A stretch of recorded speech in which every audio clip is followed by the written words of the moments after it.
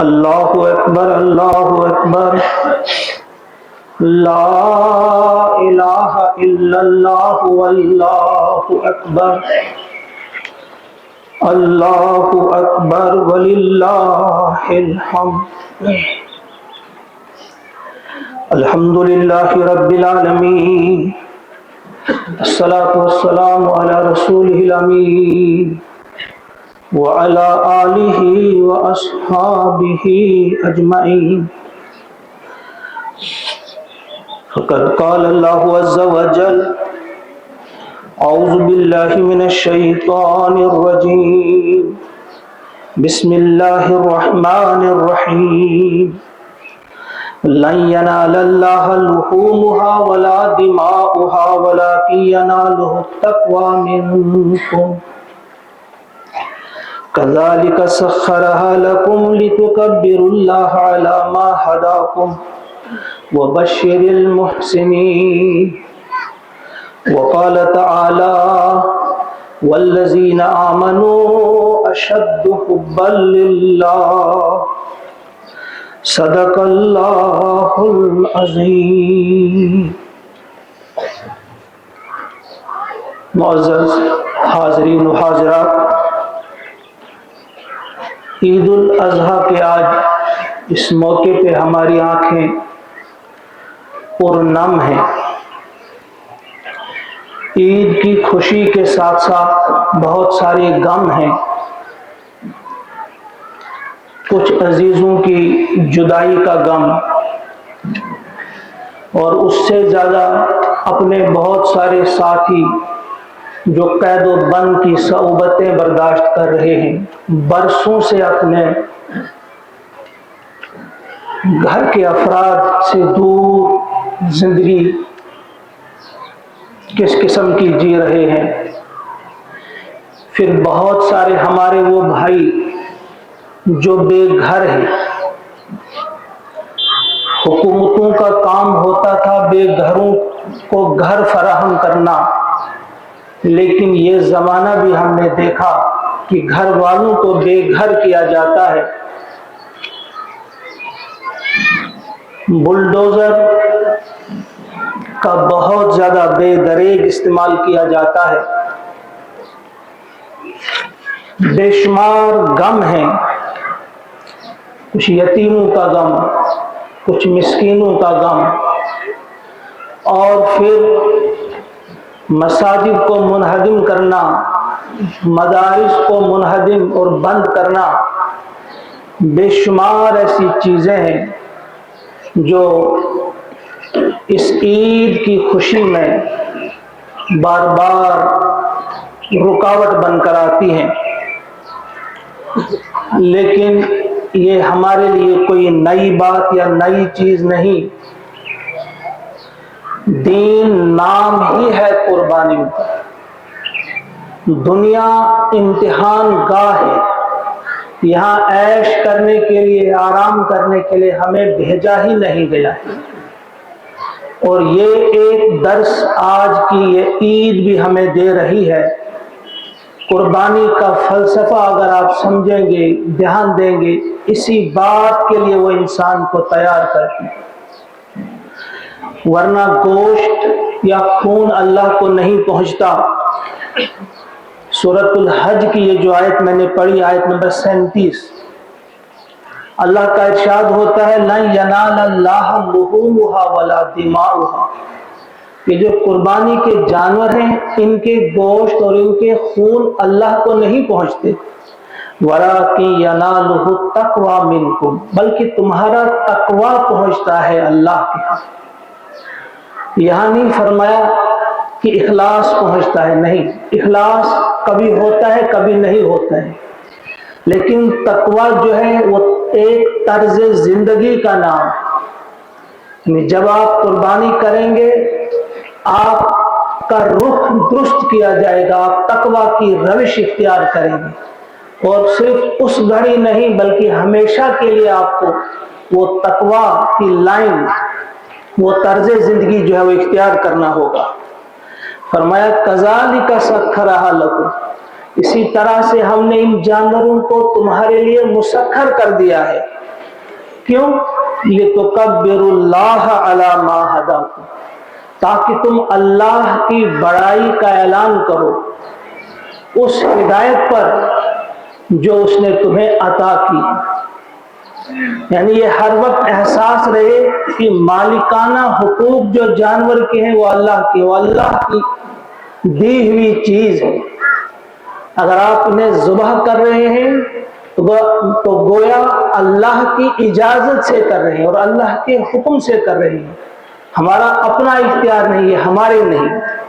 وَبَشِّرِ الْمُحْسِنِينَ، اور خوشخبری سناؤ محسنین کو. محسنین کے لیے خوشخبری ہے. یہ حج ہو یا قربانی ہو، یہ انسان کے اندر ایک تبدیلی چاہتی ہے. مثلا حج کے لیے جب ہم جاتے ہیں، ہم لبیک اللہم لبیک لا شریک لک لبیک کہتے ہوئے جاتے ہیں. یہ ہمیں سبق دیا جاتا ہے کہ آپ نے اللہ کے حکم پہ لبیک کہا کہ میں حاضر ہوں اے میرے مولا. یہ سبق حاصل کر کے جب ہم آتے ہیں تو تقوی والی زندگی کا آغاز ہوتا ہے. اب گھر میں ہم ہوں، دکان میں ہوں، آفس میں ہوں، کہیں بھی ہوں، جو ہی اللہ کا کوئی حکم ہم تک پہنچے ہم نے اس وقت کہنا ہے لبیک اللہم لبیک. شادی کا موقع آئے، ہمیں بتا دیا ہے پیارے نبی صلی اللہ علیہ وسلم نے کیسی آپ کی شادی ہو، ہم نے کہنا ہے لبیک اللہم لبیک. تجارت کرنی ہو، وہاں بھی اللہ اور اللہ کے رسول کے حکم پہ ہم نے لبیک کہنا ہے. والدین کے ساتھ سلوک کرنا ہو، جیسا حکم اللہ کا ہو لبیک اللہم لبیک. بچوں کی پرورش کا مسئلہ ہو، رشتہ داروں کے ساتھ سلوک ہو، پڑوسی کے ساتھ سلوک ہو، ہم نے اللہ کے حکم پہ لبیک کہنا ہے. جیسا آپ کا حکم بس ویسا ہی کریں گے. اللہ کا حکم ہے حسد سے بچو لبیک، نفرت سے بچو لبیک، عداوت بغض ان بیماریوں کو اپنے دلوں سے نکال دو تو لبیک کہنا ہے، نکال دینا ہے ان برائیوں کو. رشوت سے بچو لبیک اللہم لبیک. سود سے بچو لبیک اللہم لبیک. وراثت میں اپنی بہنوں کا حق مت کھاؤ لبیک اللہم لبیک.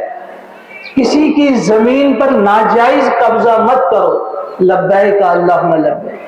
یہ صرف 5 دنوں کا معاملہ نہیں ہوتا، بلکہ یہ وہاں سے ہم تربیت حاصل کر کے پوری زندگی میں اس سبق کو ہم یاد رکھتے ہیں. اور جب جہاں جس وقت بھی اللہ کا حکم ہمارے کانوں تک پہنچے تو ہم نے لبیک اللہم لبیک کہنا ہے. یہ حج کا مسئلہ ہے.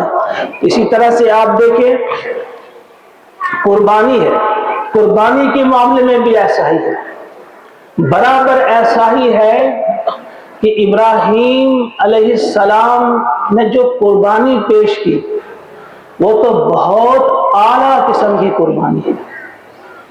آپ پڑھتے ہیں قرآن مقدس میں کس کس انداز سے ابراہیم علیہ السلام کا تذکرہ آیا ہے. اس لیے آپ کو کہا انی جاعلک للناس اماما.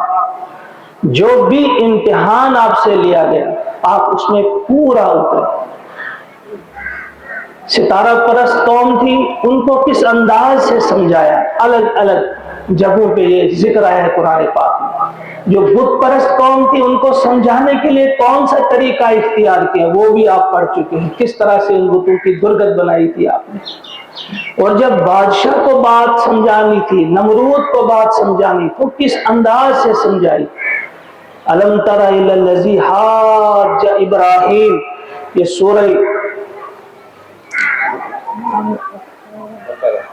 سورۃ الحج، سورۃ البقرہ آیت نمبر 258. الم تری الی الذی حاج ابراہیم، اس انداز سے اسے بات سمجھائیں۔ آپ اس آیت نمبر 258 سورہ بقرہ کی اس کی تفسیر میں آپ دیکھیں گے علامہ ابن کثیر علیہ رحمہ نے لکھا ہے کہ جب وہ ہکا بکا رہ گیا، فبہت الذی کفر جو پڑھتے ہیں، جب وہ ہکا بکا رہ گیا تو اس کے بعد اللہ تعالیٰ نے ایک فرشتہ بھیجا، اسے دعوت دی، اس نے انکار کیا، دوسری مرتبہ دعوت دی، انکار کیا، تیسری مرتبہ دعوت دی، اس نے پھر انکار کیا، پھر اس نے کہا اپنا لشکر لے کر آ جاؤ فلاں میدان میں۔ جب وہ پورا لشکر کی فوج لے کر اس میدان میں آ گئے تو اللہ تعالیٰ نے مچھروں کا دروازہ کھول دیا، اور اس قدر استعداد میں مچھر آئے کہ آسمان چھپ گیا، سورج بھی نظر نہیں آ رہا تھا، اور وہ اس فوج پر حملہ آور ہوئے اور انہیں کھا کر بھسم کر دیا، وہ بالکل ڈھانچہ رہ گئے۔ انہی مچھروں میں سے ایک مچھر نمرود کی نتھرے میں چلا گیا، اسے کھایا نہیں، اسے زندہ رکھا، بس وہ مچھر اس کے دماغ میں چلا گیا۔ 40 سال تک انتہائی سخت قسم کی تکلیف اور عذاب میں اسے مبتلا کیا گیا۔ پہلے سر دبانے سے تھوڑی سی راحت ملتی تھی، پھر وقت آیا کہ اب اسے مارنے لگے، بوٹ سے چپل سے مارنے لگے، دیواروں کے ساتھ سر ٹکراتا، اور 40 سال تک وہ عذاب بھگتنے کے بعد اس کو جہنم رسید کر دیا گیا۔ یہ اللہ تبارک و تعالی کی صاف اور واضح نشانی دیکھنے کے بعد بھی جب انسان انکار کرتا ہے تو یہ حالت ہو جاتی ہے۔ اور وہی نمرود مذاق کرتا تھا ابراہیم سے، کہتا تمہارے لیے جنت، میرے لیے جہنم، میں آپ کو دکھاؤں گا، آپ کو جہنم میں بھیجوں گا، خود جنت میں چلا جاؤں گا۔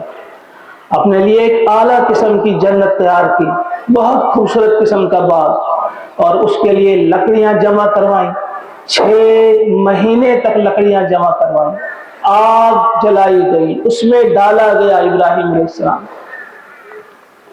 اب جب تاریخ مقرر کی گئی کہ فلاں دن کو نمرود صاحب جنت میں داخل ہوں گے، اس سے پہلے ہی وہ مچھر والی تکلیف شروع ہو گئی، بہت زیادہ تکلیف، ڈیٹ جو ہے پوسٹ پون ہو گئی کہ نہیں اب اس تاریخ کو نہیں، اب فلاں تاریخ کو، تو تاریخ ہوتی رہی، ملتوی ہوتا رہا وہ پروگرام، یہاں تک کہ 40 سال تک اس عذاب میں مبتلا ہونے کے بعد اسے جہنم میں بھیج دیا گیا۔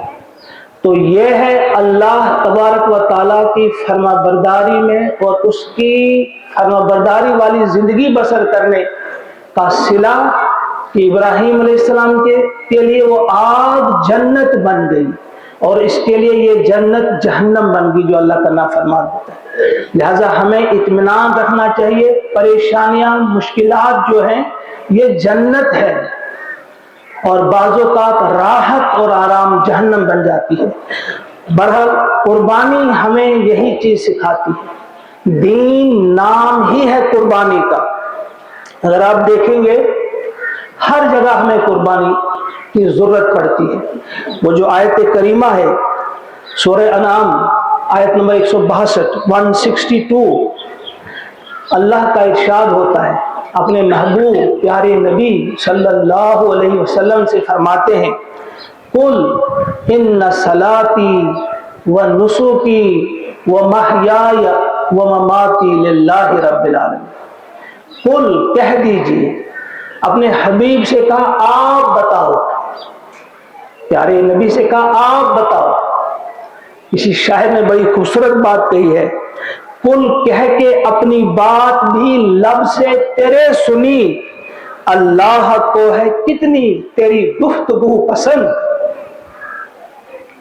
پیارے نبی کی گفتگو کتنی پسند تھی اللہ کو، ان کی زبان سے کہتے تھے کہ آپ بتاؤ، قل ان صلاتی، قل کہہ کے اپنی بات بھی لب سے تیرے سنی، اللہ کو ہے کتنی تیری گفتگو پسند۔ اپنا عزیز وہ ہے جسے تو عزیز ہے، ہم کو ہے وہ پسند جسے آئے تو پسند۔ ہم کو وہی پسند ہے جسے پیارے حبیب صلی اللہ علیہ وسلم پسند ہے۔ آپ سے کہا کہہ دو کہ بے شک میری نماز، میری قربانی، میرا جینا، میرا مرنا اللہ کے لیے ہے۔ اللہ اکبر، اللہ اکبر، لا الہ الا اللہ واللہ اکبر، اللہ اکبر وللہ الحمد۔ اس آیت کی تفسیر میں حضرت عبد الماجد دریابادی لکھتے ہیں کہ یہ سارے دین اسلام کا لب لباب ہے۔ انہوں نے کہا کہ یہ ملت ابراہیمی کا عطر یا مغز ہے۔ یہی ایک آیت پورے دین اسلام کا لب لباب اور ملت ابراہیمی کا عطر اور مغز ہے۔ یہ کیا کہ بے شک میری نماز، بے شک میری قربانی، نسک قربانی کو بھی کہتے ہیں اور مراسم عبودیت کو بھی، اس میں ساری عبادت آ جاتی ہے، قربانی بھی اس میں۔ یہ کس کے لیے ہے؟ اللہ کے لیے، میرا جینا اور میرا مرنا۔ بس جب یہ آیت قربانی کا جانور قربان کرتے وقت بھی ہم پڑھتے ہیں، ذہن میں رہے کہ اس کے بعد والی زندگی، وہی میں عرض کر چکا کہ تقوی والی زندگی ایک طرز زندگی کا نام ہے۔ صرف اس وقت متقی نہیں بننا ہے جس وقت قربانی ہو رہی ہو، جس وقت اب حج کر رہی ہوں، نہیں، اس کے بعد آغاز ہوتا ہے زندگی کا۔ یہ ذہن میں رہے کہ جب ہم اس آیت کو پڑھتے ہیں کہ ہمارا جینا، ہمارا مرنا، گویا مقصد حیات ہمارے سامنے رہتا ہے۔ ہم کس لیے ہم کو بھیجا گیا ہے؟ کھانا کھانے کے لیے نہیں، گوشت کھانے کے لیے نہیں، کباب اور کوفتے کھانے کے لیے نہیں، بلکہ ہمارا جینا اللہ کے لیے، گویا اللہ کے دین کی سربلندی اور سرفرازی کے لیے جینا ہے۔ اللہ کے احکامات کی پابندی کرنی ہے، کروانی ہے، پورے دنیا میں امن و امان کا راج قائم کرنا ہے، محبت، عدل اور آشتی کا ماحول قائم کرنا ہے، پوری دنیا کو راحت عطا کرنی ہے، جو اللہ نے ہماری ڈیوٹی لگائی ہے عدل قائم کرنے کی۔ اسی کو ہم اقامت دین کہتے ہیں۔ دین کو قائم کرنے کے بعد ہی عدل قائم ہوگا۔ کوئی دوسرا قانون عدل فراہم نہیں کر سکتا، امن فراہم نہیں کر سکتا۔ تو اس کے لیے تن من دھن سے کوشش کرنے کی ضرورت ہے۔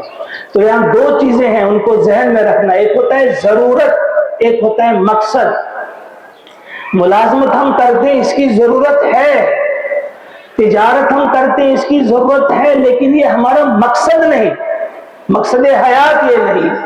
اسی طرح سے گھر ہو، گاڑی ہو، کھانا پینا ہو، شادی کرنی ہے، لیکن یہ ساری جو ہے یہ ضروریات زندگی ہے، یہ مقاصد نہیں ہے، زندگی کا مقصد یہ نہیں ہے، بلکہ یہ ضروریات ہے۔ قربانی کا جانور جب ہم لٹاتے ہیں، قربانی کس طرح سے لٹ جاتا ہے بیچارہ، وہ چند دن آپ نے کھلایا پلایا، وہ آپ کا فرما بردار بن گیا۔ اس میں یہ سبق ہمیں دلایا جاتا ہے، یہ یاد دلایا جاتا ہے کہ یہ دیکھو فرما بردار، آپ نے کھلایا اسے، یہ آپ کا فرما بردار بن گیا۔ میں تمہیں کھلاتا ہوں، تم نافرمانی کرتے ہو۔ گویا اگر آپ جانور کی جان لیتے ہیں تو اس وقت آپ نے پروردگار کو یاد کر کے اپنی جان قربان کرنے کے لیے تیار ہونا ہے۔ جانور کو قربان کرنا یہ ایک سمبولک ایکسپریشن ہے، یہ اظہار ہے، ایک اس چیز کا اظہار ہے کہ جب میرا مولا مجھ سے میری جان بھی طلب کرے گا، جان کی تقاضا کرے گا، تو میری جان بھی اس کے لیے حاضر ہونی چاہیے۔ اس بات کو سمجھنا ہے۔ اور دوسری بات، پھر قربانی ہماری اور ابراہیم علیہ السلام کی قربانی، ابراہیم نے بیٹے کی قربانی پیش کی۔ حضرت علامہ ابن قیم رحمۃ اللہ علیہ فرماتے ہیں کہ یہ تعجب نہیں کہ بیٹے کی قربانی طلب کی گئی، تعجب یہ ہے کہ اس بات کا حکم دیا گیا کہ تم نے اپنے ہاتھوں قربان کرنا ہے بیٹے کو، کسی اور کے ذریعے نہیں۔ ایک آزمائش تو یہ تھی کہ بیٹے کی قربانی کسی اور کے ذریعے بھی ہو سکتی تھی، لیکن کہا اپنے ہاتھوں سے کرنی ہے، یہ تعجب کی بات ہے۔ ہماری قربانی یہ تو اب سمجھو ہم کیا کہیں گے، اس میں کتنا خلوص ہے۔ آج ہم سے پوچھتے ہیں ہمارے بھائی کہ اس کا کان کٹا ہے، یہ آئے گی، اس کا سینگ اتنا کٹا ہے، کیا اس کی قربانی جائز ہے؟ لیکن بنیادی طور پہلی چیز جو دیکھنے کی، یہ بھی دیکھیں گے، لیکن بنیادی چیز دیکھنے کی یہ ہے کہ جس پیسے سے آپ نے وہ جانور خریدا ہے وہ حلال ہے یا نہیں، وہ پاک تھا یا نہیں۔ اگر حرام کمائی سے جانور خریدا گیا ہے پھر تو پورا جانور ہی وہ بوسیدہ ہے، سڑا ہوا ہے، اب سینگ اور کان دیکھنے کی ضرورت ہی نہیں۔ تو یہ ہے کہ وہ ہماری قربانی کس لیول کی ہے، کس سٹینڈرڈ کی ہے، وہ مولانا رومی رحمۃ اللہ علیہ نے لکھی ہے ایک حکایت، ہم سمجھیں گے اس کے ذریعے۔ انہوں نے کہا کہ ایک دیہاتی تھا، اس نے چاہا کہ میں بادشاہ کو کچھ تحفہ لوں، بڑا غریب تھا کہ وہاں سے کچھ ملے گا، کیا لیتا؟ سوچا ہمارے یہاں ٹھنڈا میٹھا اور بڑا اچھا پانی ہے چشمے کا، ایک گھڑا بھر کے وہ پانی لے گئی، تحفہ لایا ہے۔ بادشاہ نے قبول کیا، اپنے ساتھیوں سے کہا کہ کھولو ذرا دیکھو کیا ہے اس میں، دیکھا گیا پانی ہے۔ انہوں نے کہا ایک کام کرو، اس کی نظر بچا کر لے جاؤ، پانی کو گرا دو پہلے، اور سونے کے روپے اشرفیاں ہیں اس میں بھر دو، اور اس کے سپرد اسے کرو، لیکن واپسی پر اسے دریائے دجلہ کے کنارے لے جانا، تاکہ یہ دیکھے کہ ہمارے ہاں کتنا پانی ہے، کتنی وافر مقدار میں پانی۔ ایسا ہی کیا گیا، لیکن اس نے جب دیکھا کہ ہاں یہاں تو پانی بہت ان کے پاس ہے، پھر بھی بادشاہ نے میری قدر کی، میرے اس تحفے کی قدر کی۔ اس کے ذریعے یہی بات ہم سمجھتے ہیں کہ اللہ کے پاس سب کچھ موجود ہے، ہماری یہ چھوٹی سی قربانی اسی کی دی ہوئی، اللہم لک و منک جو ہم کہتے ہیں، آپ ہی نے دی ہے، آپ ہی کے لیے، اس کو وہ قبول فرماتا ہے، شرف قبولیت عطا فرماتا ہے، ورنہ ہماری قربانی کیا ہے یہ؟ مگر ایک سبق اس کے ذریعے ملتا ہے کہ ہر قدم پہ جو دین ہمیں قربانی مانگتا ہے، ہمارا اسی قسم کا مزاج بنتا ہے کہ ہم قربانی پیش کریں۔ مثلا نماز کا وقت ہو گیا، اس وقت کی قربانی دینی ہے، اور مال کی بھی لگتی ہے۔ اگر آپ تاجر ہیں، آپ کے گاہک آ رہے ہیں، آپ نے ان کو ایسے رکھا، آپ مال کا نقصان برداشت کر رہے ہیں، یہ آپ ذہن میں رکھیں، یہ قربانی ہے۔ اگر آج آپ نے قربانی کی لیکن کل آپ نے وقت کی قربانی دے کر یا مال کی قربانی دے کر نماز میں شرکت نہیں کی، وہ آپ کی قربانی بھی چلی گئی، کوئی فائدہ نہیں۔ یہ تو آپ کے کریکٹر کو بنانے کے لیے تھی، آپ کے مزاج کو بدلنے کے لیے تھی، آپ کی سوچ کو بدلنے کی تھی کہ پیسہ جاتا ہے جائے۔ آج اکثر ہمارے بھائی کہتے ہیں مغرب کے بعد جو قرآن کلاس ہوتی ہے 15 منٹ یا 20 منٹ کی، کہ اگر ہم دکان بند کر کے بیٹھیں گے ہمیں تو نقصان ہوگا، پھر کس بات کا نام ہے قربانی؟ ہر قدم اور ہر لہجہ یہ دین جو ہے ہم سے قربانی چاہتا ہے۔ اگر اس کے لیے ہم تیار نہیں، پھر تو ایسے ہی سمجھو ڈرامہ ہے، ہم لوگوں کو خوش کرنے کے لیے بڑے بڑے جانور قربان کرتے ہیں۔ اسی وقت گاہک آئیں گے، برابر اسی طرح سے یوم السبت والے، سنیچر والے جن سے منع کیا گیا تھا آپ مچھلیوں کا شکار نہیں کریں گے، لیکن اسی دن زیادہ مچھلیاں آتی تھی، یہ تو امتحان تھا۔ اسی وقت گاہک آئیں گے جس وقت نماز کا وقت ہوگا، جس وقت قرآن کی کلاس ہوگی۔ تو یہ اس موقع پہ ان باتوں کی طرف دھیان دینا ہے۔ اور پھر یہ رشتوں کی قربانی بھی مانگتا ہے، یہ قربانی تیار کرتا ہے انسان کو، کبھی کبھی رشتوں کی، محبت کی قربانی دینی پڑتی ہے۔ بہت ساری مثالیں ہیں، بدر میں آپ سب جانتے ہیں، ابو بکر صدیق ایک طرف تھے، عبد الرحمن ان کا بیٹا دوسری طرف، ابھی وہ اسلام نہیں لا چکا تھا۔ جب وہ اسلام قبول کرتا ہے، ایک دن کہتا ہے ابو جان بدر میں ایک موقع پہ آپ میری تلوار کے نیچے آ گئی تھی، میری پوری زد میں آ گئی تھی، لیکن مجھے رحم آ گیا کہ میرے ابو ہے، میں نے چھوڑ دیا۔ ابو بکر نے فرمایا کہ اگر آپ میری تلوار کے نیچے آتے تو میں تم پر رحم نہیں کرتا، کیونکہ اس وقت تم خدا کے دشمن تھے۔ اسی طرح سے اسی بدر میں مصعب بن عمیر ایک طرف تھے، ان کا بھائی ابو عزیر بن عمیر دوسری طرف، حضور علیہ السلام ایک طرف، ان کے چچا حضرت عباس جو ابھی اسلام نہیں لائے تھے دوسری طرف، اور عقیل بن ابی طالب وہ بھی دوسری طرف، جو دونوں قید ہو کر آئے تھے، بدر میں قید کیے گئے تھے۔ اور اسی طرح سے غزوہ بنی مختلف سے واپسی پر جب عبداللہ ابن ابی رئیس المنافقین نے یہ کہا تھا کہ جب ہم مدینہ پہنچیں گے تو ہم عزت والے ذلیل لوگوں کو وہاں سے نکالیں گے، اپنے آپ کو عزت والا کہا، حضور علیہ السلام اور آپ کے ساتھیوں کو نعوذ باللہ ذلیل کہا۔ جب یہ بات سنی سورہ منافقون میں آپ نے یہ پڑھی ہوگی، جب یہ بات سنی ان کے بیٹے نے، ان کا نام بھی عبداللہ تھا لیکن ایمان والا تھا، صحیح طریقے سے اس کے دل میں ایمان دھر کر گیا تھا، جب اس نے یہ بات سنی مدینہ کے گیٹ پر کھڑا ہو گیا تلوار لے کر کہ اپنے باپ سے کہا تم داخل نہیں ہو سکتے، سب داخل ہو جائیں لیکن تم یہاں نہیں آ سکتے، تم نے ایسی بات کہی ہے، ہاں جب تم کہو گے اپنے لیے کہ میں ذلیل ہوں اور اللہ کے لیے عزت، رسول کے لیے عزت، مومنوں کے لیے عزت، پھر چھوڑوں گا۔ انہوں نے حضور سے کہا کہ دیکھو میرا بیٹا میری راہ روک رہا ہے، صحابہ سے کہا میری سفارش کرو، بڑی سفارشیں کی گئی، نہیں مانا عبداللہ نے، یہاں تک کہ کہنا پڑا رئیس المنافقین کو، اسے کہنا پڑا وَلِلَّهِ الْعِزَّةُ وَلِرَسُولِهِ وَلِلْمُؤْمِنِينَ، پھر ان کو اجازت ملی، اور اپنے آپ کو کہا اس نے کہ میں ذلیل ہوں، عزت ان کے لیے، پھر انہیں جانا پڑا۔ گویا یہاں رشتے بھی کبھی کبھی کاٹنے پڑتے ہیں، رشتوں سے سب سے بڑا رشتہ جو ہے وہ اللہ کا رشتہ ہے۔ محبتیں ہوں، ماں سے محبت، باپ سے محبت، یہ ساری محبتیں جائز ہیں، مگر اللہ کا ارشاد ہے وَالَّذِينَ آمَنُوا أَشَدُّ حُبًّا لِلَّهِ۔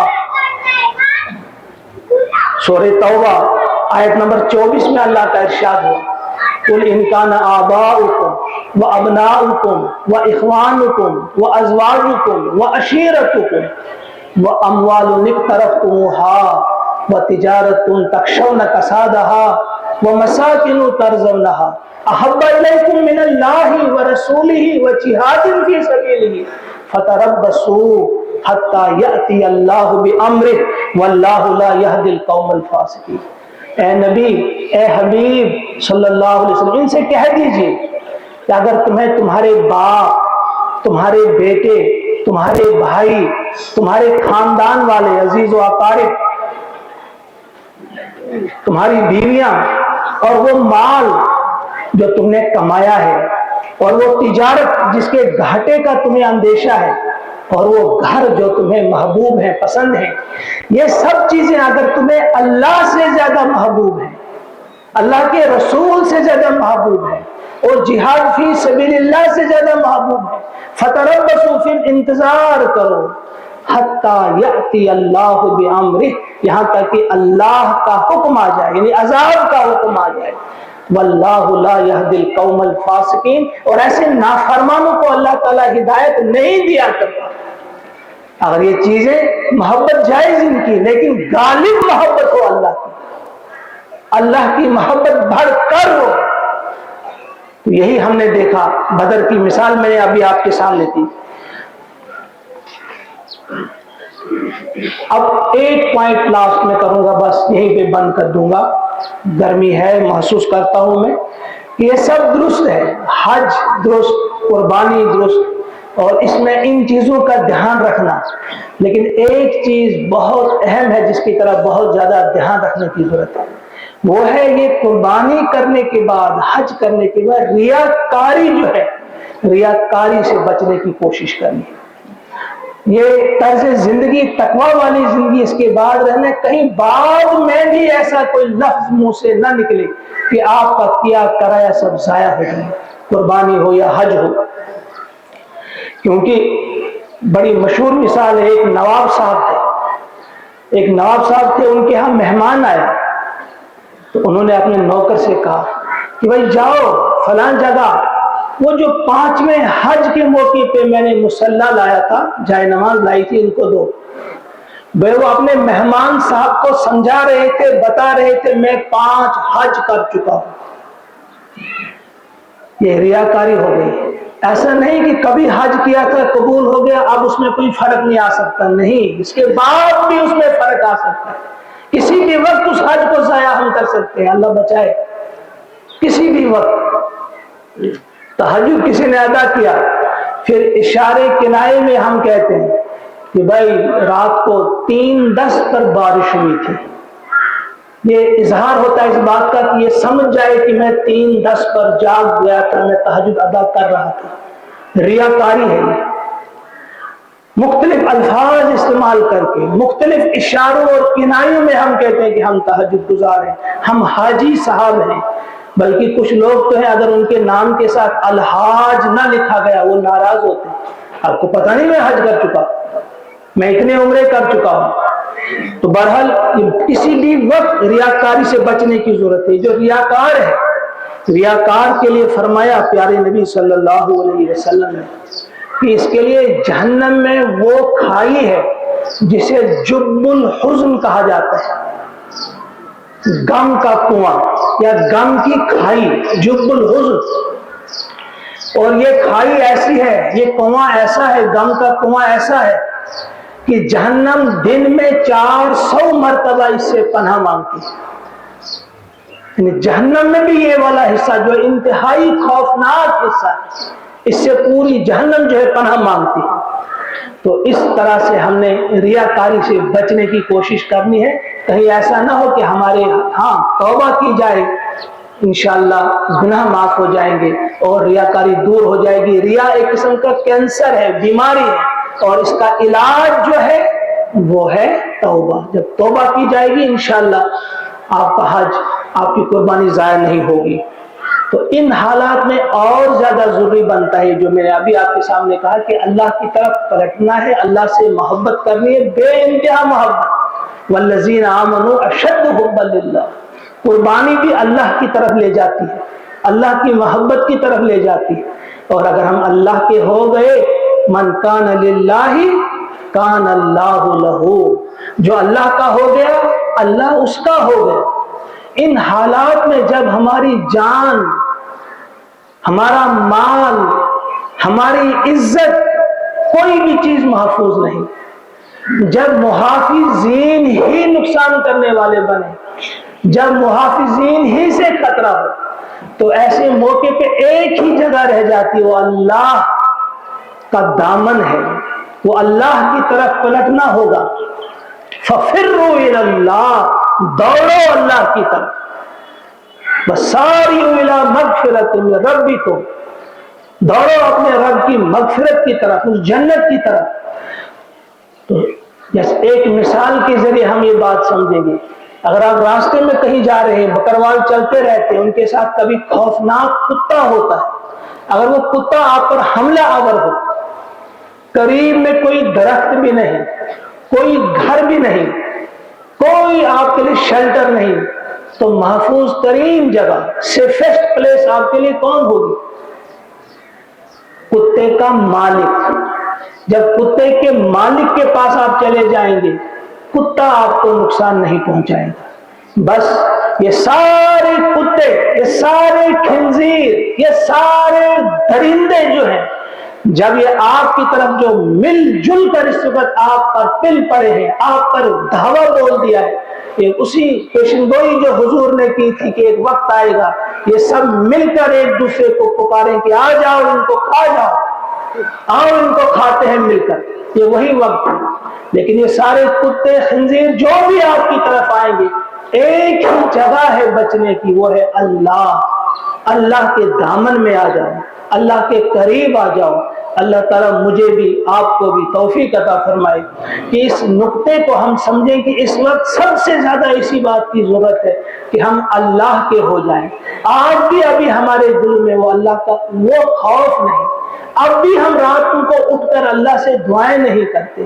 ہم مست ہیں, سمجھتے ہیں کسی اور پر آفت آ رہی ہے, مجھ پر کہاں آ رہی ہے. بھائی کچھ نہیں کر سکتے ہو, مانگ تو سکتے ہو. دعا سے زبردست ہتھیار اور کوئی ہتھیار نہیں. کوئی ہتھیار دعا سے زیادہ زبردست نہیں.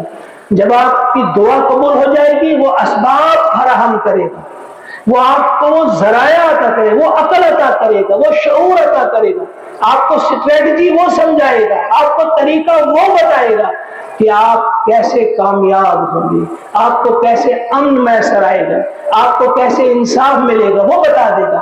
لہذا ضرورت اسی بات کی ہے کہ ہم فوراً آ جائیں واپس اپنے پروردگار کی طرف. اللہ تعالیٰ مجھے بھی اور آپ کو بھی توفیق عطا فرمائے. اللہ اکبر, اللہ اکبر, لا الہ الا اللہ, اللہ اکبر, اللہ اکبر, وللہ الحمد. اقول قولی ھذا واستغفر اللہ لی ولکم ولسائر المسلمین انہ تعالی جواد کریم ملک بر رب الرؤوف الرحیم.